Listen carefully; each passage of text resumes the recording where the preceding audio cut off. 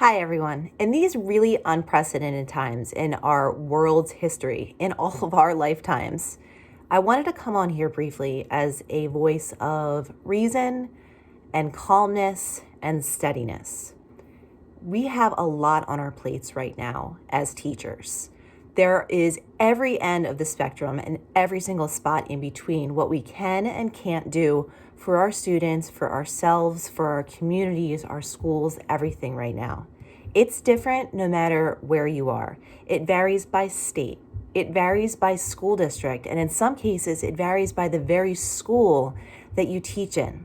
What everybody needs to realize is that you can only do what you can do, okay? In a lot of cases, our hands are just tied. It might be because we can't get in touch with certain students because they don't have the ability to connect with us via technology, or maybe they're just not. That's not on you. We know that we have been trained over the years to believe that everything that goes on in our classroom is a direct responsibility on our shoulders. Times have changed now. It's hard to kind of see that in the macro view of all of this, but we can only hang our hat on the fact that we can do what we can do. We have to listen to what our distinct supervisors are telling us to do. If you need to be able to teach, we have to do that. If you need to not do anything at all, that's what you have to do. And it's so hard for so many of us to not have that control over what's going on with our students. With everything being so different, we know that inside our classrooms, a lot of times is the one place that our students have that consistency. And right now they might not have that. I've heard stories all across the spectrum over the past several weeks talking to teachers around the world with what's going on right now. There are some districts that are doing it beautifully. Every single student has a Chromebook with internet access and parents who are supporting them. They're able to face conference with them. They're giving them assignments. They might even be teaching new material, and everybody is on the same page, connected, and moving forward. I've also heard from teachers on the other end of the spectrum saying that their kids don't even have pencils at home, let alone internet access. That there are some districts that they've given out Chromebooks before, and their parents of their students have sold them on the streets. There are some situations where the kids that we're teaching are the childcare providers right now for their siblings or cousins or neighbors. We can't control what's outside of our classroom. And that's something that a lot of people need to understand. And I'm not saying you have to accept it, but you have to work with it. We all as teachers are perpetual people who want to save the world and create the change and have the aha movements. But we are in a time right now that is unprecedented. Hopefully, we never go through another time like this in society. But right now, we don't really have anybody back to look on that is in the scope of where we are in education right now in general. We can look back to 1918 and see what happened during the Spanish influenza, but they didn't have technology then. There wasn't the amount of children in school then. There's just so many differences, and we're just trying to figure this all out. If you're frustrated with your schools, realize they're just trying to figure it out on the district level, the state level. They might be worried about funding. They might be worried about what's going to come back at them. Everybody's trying to cover their you-know-whats right now. So even though it might be something that's driving you up the wall, everyone is trying to figure it out just the way that we are. My suggestion for you, my suggestion for anybody who's in this situation right now is to take a breath. Think about it, okay? Things are happening. You have the moments to kind of take a moment. If you're in a district that's doing things great right now, fantastic. You have something that's working. Think about what I'm about to say as you move forward into further lesson planning. But everybody else, take a moment and breathe, okay? It is going to be okay, no matter what. Everything happens for a reason. I'm a very firm believer of that. But I want you to sit back and think about your students. The one thing that we do have going in our favor right now is that this is not the beginning of the school year.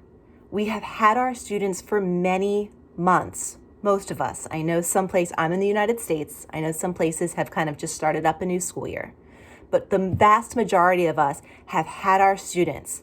We know what makes them tick. We know what makes them interested. We know what turns them off. And we need to use that right now to our advantage.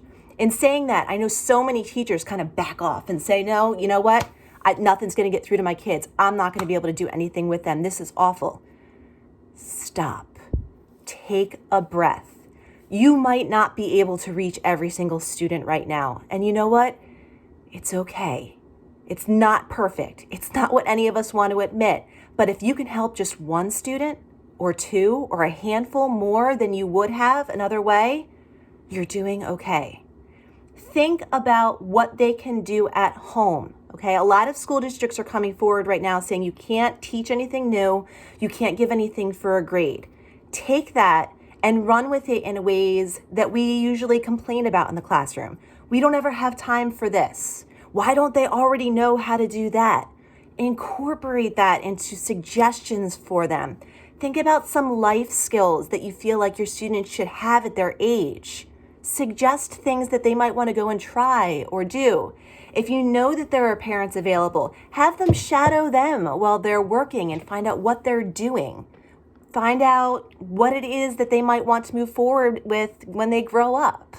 Maybe you have somebody who's really interested in cars and they have the opportunity to learn how to do an oil change.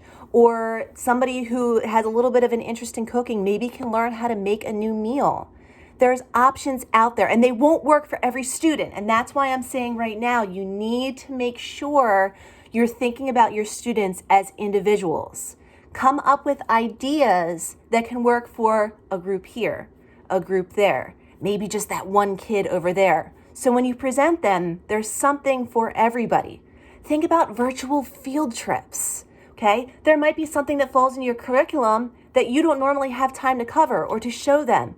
Give them a link to someplace where they can go on a virtual field trip somewhere if they have that access. Think about it in the most basic sense possible. Have them journal this experience. Again, unprecedented. It's going to define a generation. What's going on? What are they seeing in their communities? What are they hearing? Talking about yesterday we could do this, but today we can't anymore. That might be a little bit better suited for older students, but it can also be amended for younger ones. Again, know your students. Even if it's something as simple as every day, write down one thing that you learned. It might be something about life. It might be something about people. It could be something about themselves. Just write it down. Get them engaged in something, okay? If you don't think that you can push forward with your curriculum, having them think about something that's going to make them better as a human being might be better than anything that we ever could have done within the walls of a classroom. If you do have a way to make connections, make real life scenarios count. They are home. They are in the real world as much as any of us can be right now. Make connections from your curriculum to real life scenarios. Have them map things out. Have them figure things out. Talk to their family members. There's so much you really can do right now if you do think outside of the box. Think about your students. Think about their situations. It's not going to be perfect. It's not going to work for everybody. But if it can work for some, right now that's probably the best that we can do. And think about this in this moment. A lot of this is going to finally bring to light a lot of the things that people in education have been trying to say for years. The inequality, parental involvement, lack of food in some cases, kids who can't pay attention. All of that's going to come to the forefront. Some of it's going to be good. Some of it's going to be bad. Okay? There are scenarios right now where maybe parents aren't finding out why their kids are such a knucklehead in class because they're the ones that are dragging their feet going, it's not my job to be a teacher. I'm not having my kid do any of this stuff. Maybe it's the parents saying they're not going to do it because they need more time to focus on their family right now. That's not necessarily a bad thing. Think about that. In some situations, that might be the best thing for that child overall. Think about it on a greater global view right now. This is differentiation at its finest. You have single student who has a different situation and a different scenario, and nobody can leave their house for the most part. Consider that, okay? Take advantage of the situation. Again, it's not going to be perfect. Work with what you have. Try what you can. It might be making phone calls. Hey, we're doing this. Give it a try. It could be, I found a great video series that's going to be on TV tonight that has to do with what we were talking about in class. I've heard it's really good. Think outside of the box. This is the time to finally break through, and some of the things that you may have been thinking about doing but didn't have the time to implement, give it a try. Nothing is going to be perfect right now. Nothing is going to be foolproof. So now is the time to try it all. It's going to be okay, and we're going to make this work. I promise it's going to be okay.